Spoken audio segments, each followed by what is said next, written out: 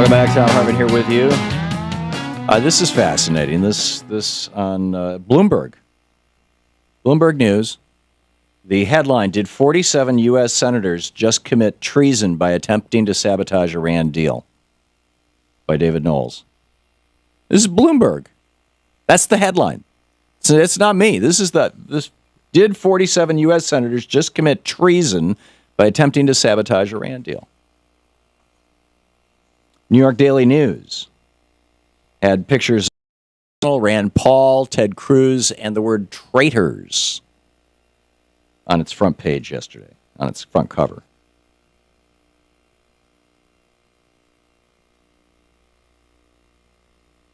Even Mika Brzezinski was going after Tom Cotton. Tehran Tom, Shano tells me that they're calling him. Josh Earnest, the White House press secretary, said that the letter's goal was to undermine the negotiations with Iran. Yep. And, whoa. They included in the Bloomberg article my tweet. I just saw this. Republicans are committing treason in public. Thom Hartmann. Amazing.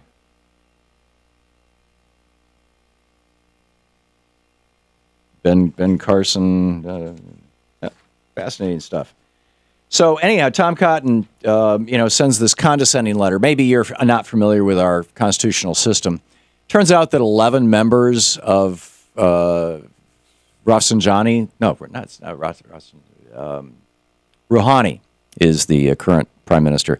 11 members of his cabinet were educated in the United States.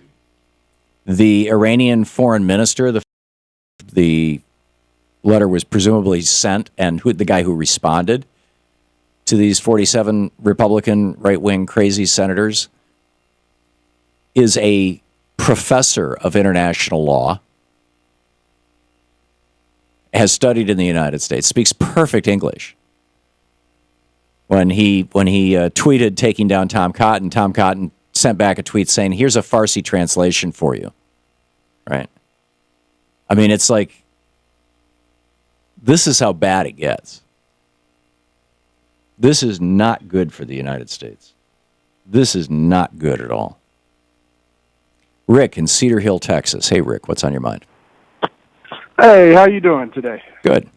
What's up? I called my senators, one yesterday and one today, and, That's John Cornyn and Ted Cruz? Correct. Yeah. And I would describe myself as a real libertarian, not a Republican libertarian or a Tea Party libertarian. Okay. But I find it highly disgusting and gross what these 47 Republicans did. And, I, like Cruz's office, I asked if Cruz first wanted to Iran if diplomacy doesn't work, or is he just a chicken hawk?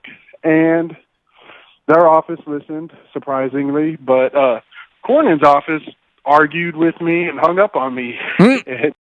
I just found it, and I call my senators and representatives, when they do something I don't like, and I always let them know, and I usually get respect back. Sometimes it's a debate on the phone, which is awesome and cool.